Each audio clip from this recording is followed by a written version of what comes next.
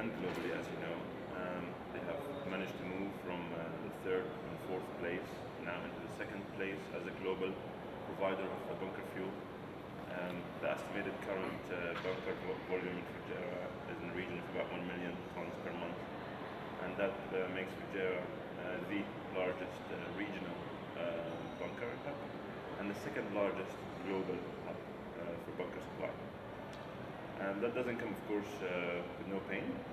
A lot of hard work has been put into it, and the Port of Fujairah is doing everything they can to improve the vessel movement and to facilitate ease of ship loading, ship discharging, crew changes, and so Fujairah is becoming really like one-stop shop now, where you, as a ship owner and as a trader, you expect to do everything you need to do in one port. So you don't need to go to a different port for your maintenance. You can do it in Fujairah. You don't need to go to a different port change your crew. That still can be done there while you're bunkering or even conducting your trading position.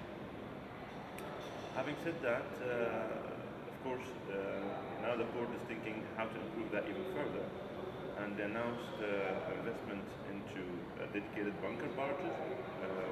So the berth would be only utilized by bunker barges with mass flow meter, which is something that's being used in other major hubs in the world, and that will facilitate smoother and quicker turnaround of bunker barges. And this is all just part of the things that the government of Fujairah and the Port of Fujairah is trying to do to increase the volumes even further and to offer the market even more premium quality products. You're here at the 6th August Middle East Gulf and Indian Ocean Conference. How do you perceive the presentations, the organization so far? The organization has been fantastic. The crowd is very well informed, and they asked all the good questions, a bunch of difficult questions, of course, but that shows you that there's a genuine interest in the forum, and the numbers can tell the entire story. Of course, the numbers growing year on year, and the quality of the speakers are also very good. So you're bringing people from outside the region as well as in the region, which gives it this local flavor compared to the international flavor as well. Excellent, thank you. Joining us today, I wanted to basically get your perspective on the role of Kuwait in the petroleum products market. Well, as you all know, that Kuwait Petroleum Corporation is one of the largest refiners in the Gulf region. We have 3 refineries, Mina Al-Ahmadi, Mina Abdullah, and Shuaibah, with a refining capacity of 930,000 barrels per day. And without doubt, Kuwait has always been one of the leading and major petroleum products exporters to the world. Our volumes are predominantly headed towards the Asian market, where we witness the fastest growth in demand. Also, significant volumes of products go from Kuwait to Europe and the rest of the world. All right, excellent. And just to understand, what are some new projects that are being put together within Kuwait, within petroleum products? Well, the Clean Fuels project is basically the modernization of our existing refining capacity in Kuwait to produce cleaner and lighter and more environmentally friendly petroleum products. This project is scheduled to be completed by the end of 2018. And also we have the Al Zour refinery. The Al Zour refinery is a mega refinery with a capacity of 615,000 barrels per day, scheduled to be completed by end of 2019.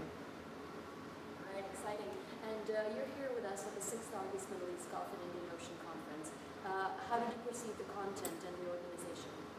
Well, the Argus conferences, as always, are some of the best venues to be able to meet with people from the industry. Key refining experts were attending this conference, the 6th conference in Dubai. It was a great pleasure to sit and hear the perspectives on the Indian subcontinent, on China, on the rest of the refining industry, and also to share our own views as Kuwait Petroleum Corporation with most of the key industry delegates. So it's an excellent forum where you can mix and meet up with a lot of key experts and get perspectives on everything that's happening in the refining landscape. Excellent. And will you join us again next year? I'll definitely look forward to that. Right, Thank you. Thank you.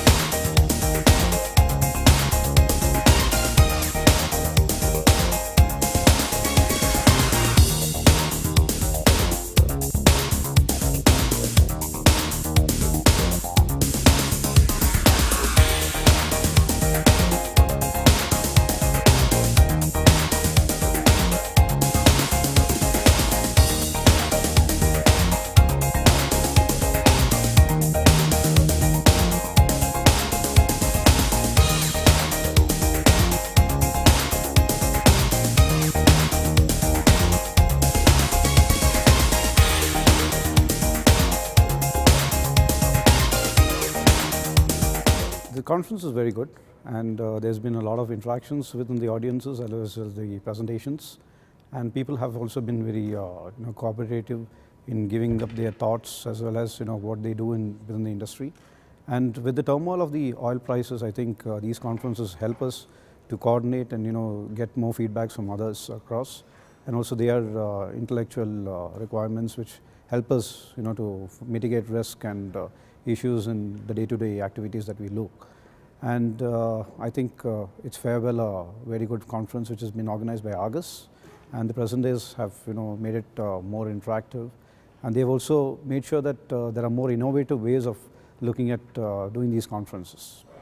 The conference was great from my perspective. I mean, I always focus on a shipping side of things, but it's great to get a more of a trader's view. So I found the conference really interesting to learn about what's happening with East Africa and as a growth market. And from my perspective, we then look at, well, how can we make sure that we're involved in the shipping of products to that market? So that's certainly what was interesting for us. In terms of our presentation, we talked about the impact of new refining developments on the tanker market, particularly in the Middle East and India.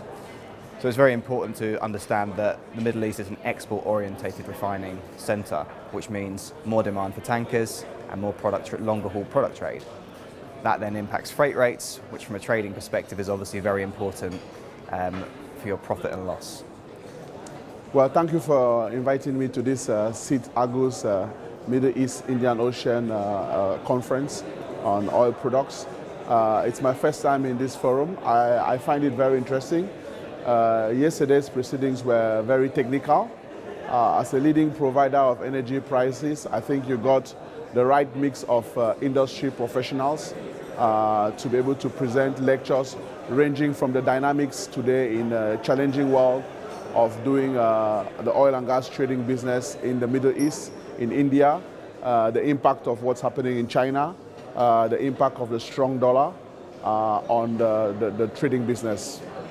I think the conference overall is quite interesting, and the participant, although it's a small gathering, but I think that's why it makes more interesting to have more interaction with the people. You get to see almost everyone, and then the content of the conference itself is quite interesting because it covers pretty much everything. I mean, covering the markets and all in terms of like Middle East, East Africa, Indian Ocean, and touching the aspects on the trade finance aspect. From that point of view, I think it's quite interesting. Basically, it's very informative. If you look at it, we have a situation where information is being shared, especially by the traders and the participants in the industry. So basically, you need this kind of information to be able to stay on top of the game, especially in these days when you have all the challenges with pricing and the margins thinning out. So you actually need all this information to be able to stay competitive. Would you like to just tell us which speaker did you find most interesting throughout the panel? Oh, well, that would be a bit difficult because actually a lot of the speakers are actually experts in their field, so you actually you enjoy them at each one with their own different perspective on things. So there were a lot of things actually that I didn't know coming out of this market, especially with the new regulations coming on the emissions and requirements from 500 ppm to 50 ppm. All of this information is very key because it helps you to know what's going to happen going forward in the near future. So very important, yes. Thank you, sir. All right. Well, I perceive the conference has gone very well. I think the speakers were very relevant for this time in the market. There was great level of detail from a lot of the speakers, and a lot of useful information we've gathered from this conference. So here we are at the start of the AMGEO Conference 2015, the 6th annual conference. Over the next 3 days we're going to have a masterclass for aspiring traders and those who work with traders. We're going to follow that with a bunker forum before we get into AMGEO proper on day 2, where we'll have people giving a global outlook on the demand and supply picture around the world. Day 3 we'll see an outline of trade finance and the way that structured trade finance and vanilla trade finance has changed within the region and within the wider context of global trading. I mean, it was an awesome event. Actually, the speakers were very relevant. Each one of them was top on his field. And I think also it was, a unique gathering, and it was a huge networking opportunity. Looking forward for next year. Yes, I spent the last 2 days at the Argus conference. It was a pleasant event.